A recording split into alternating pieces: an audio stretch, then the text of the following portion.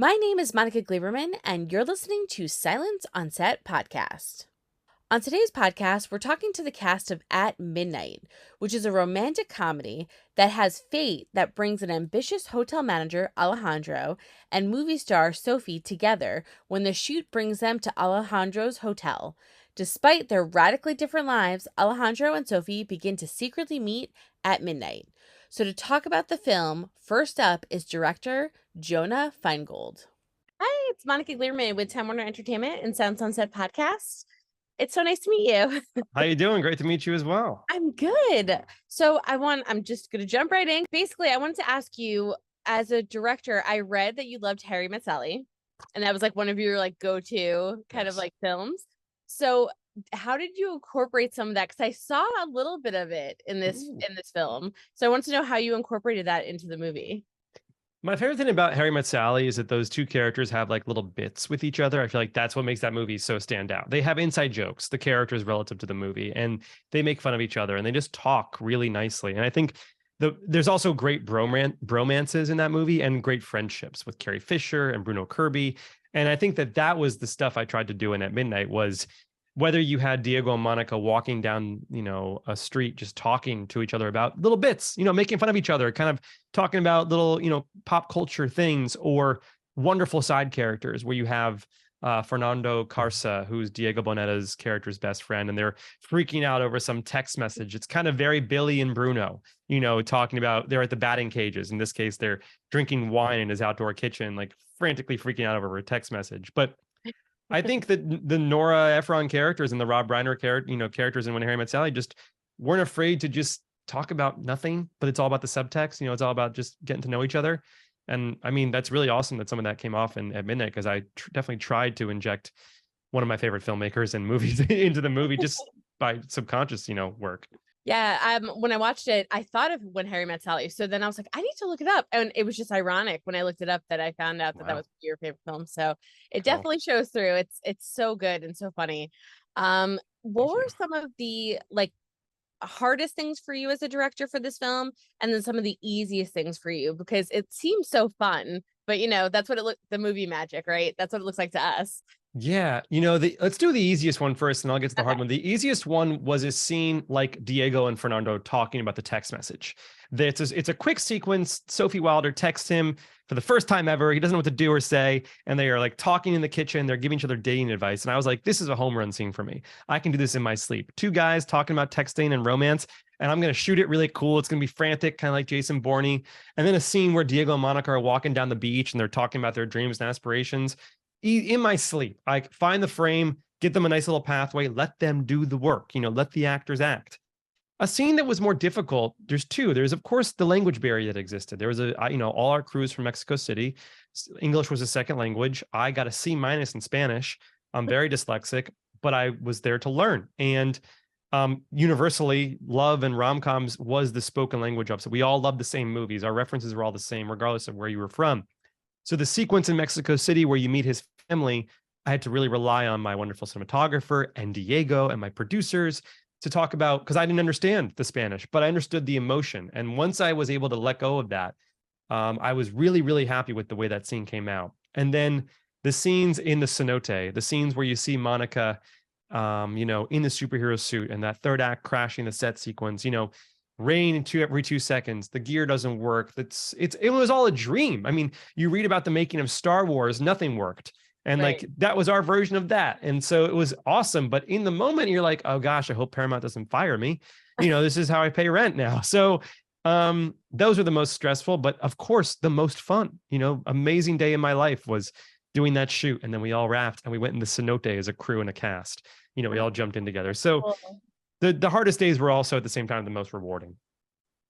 I mean, yeah, you have like everything, because there's like action, there's romance, there's so many things in this film. So I was very impressed by how you were able to do all of that. The conversations, the romance, just the building of the characters, the fact that you start and it's like an action film, there's action scenes in it. I mean, it's just crazy. So I applaud you. Thank you. So basically, for my last question, I just wanted to ask, what are you hoping kind of everyone gets out of this film? I mean, I watched it, I fell in love with the language, the location, just their relationship, just everything about it.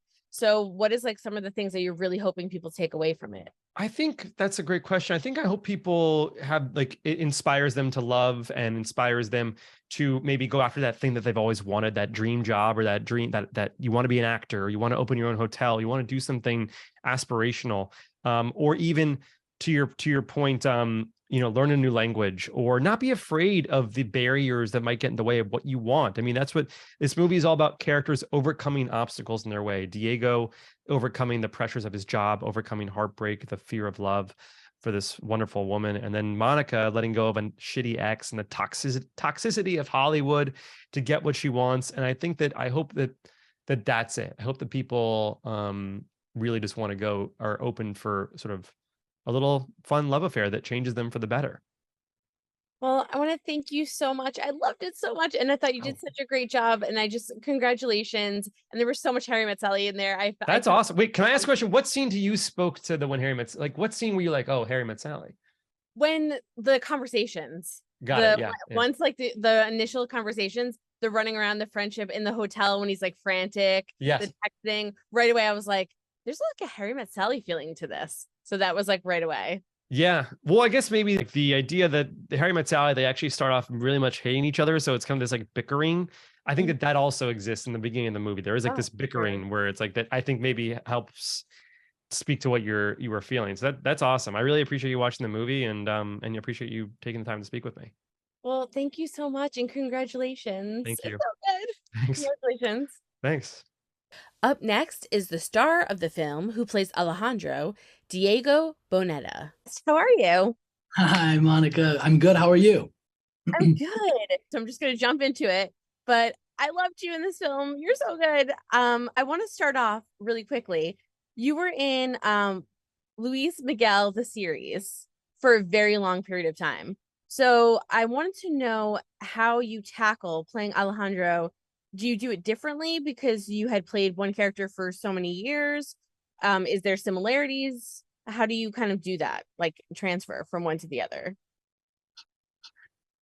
I like trying to do very different projects, and not, Luis Miguel was, something that changed my life, and it was a great learning experience. It was the first project that I ever produced, and I had to sing all the songs, and I played him from age 17 to age 50 and prosthetics and everything.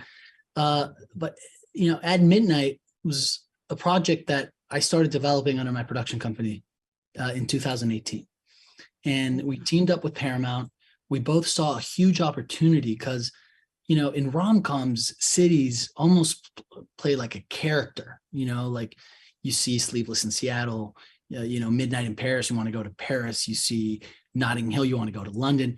Yet there hasn't been a rom-com shot in Mexico, which is something that always blew my mind. And I'm from Mexico City, and there's a lot of narco stories and drug stories coming out of Mexico, and it's a sad reality, but it's not everything we have to offer.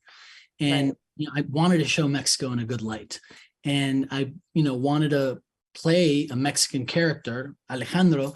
He was a hardworking guy, career oriented, big dreams, just similar to me, so, that was very important to me. I understand. I'm from New York, so when I get all the crazy New York movies, I go, no, we have so much more here. So I totally understand. You did such a beautiful job because you really do get to see the city. I love that we get to hear different languages and all of it be incorporated into the film. Obviously, you mentioned you're a producer. Was there something that was important to you for the film to keep in? Was there something precious when you were looking at it from a producer's perspective that you wanted to make sure stayed in, or something that you wanted to take out? Or first off, I wanted to team up with the best producers to help me tell the story.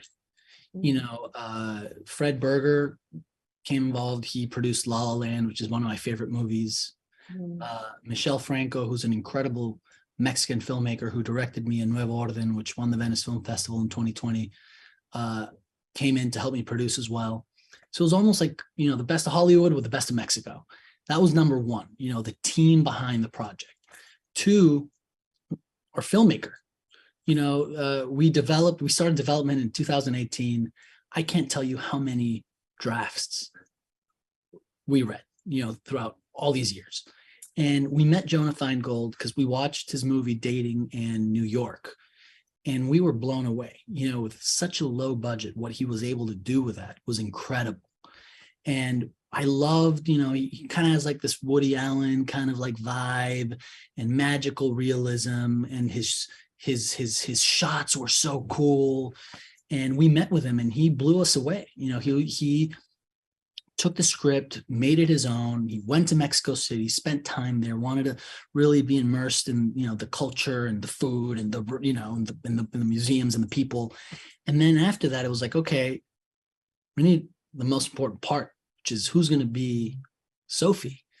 I think rom-coms are, it's all about the chemistry between the love story. That makes or breaks the film. And we did chem reads.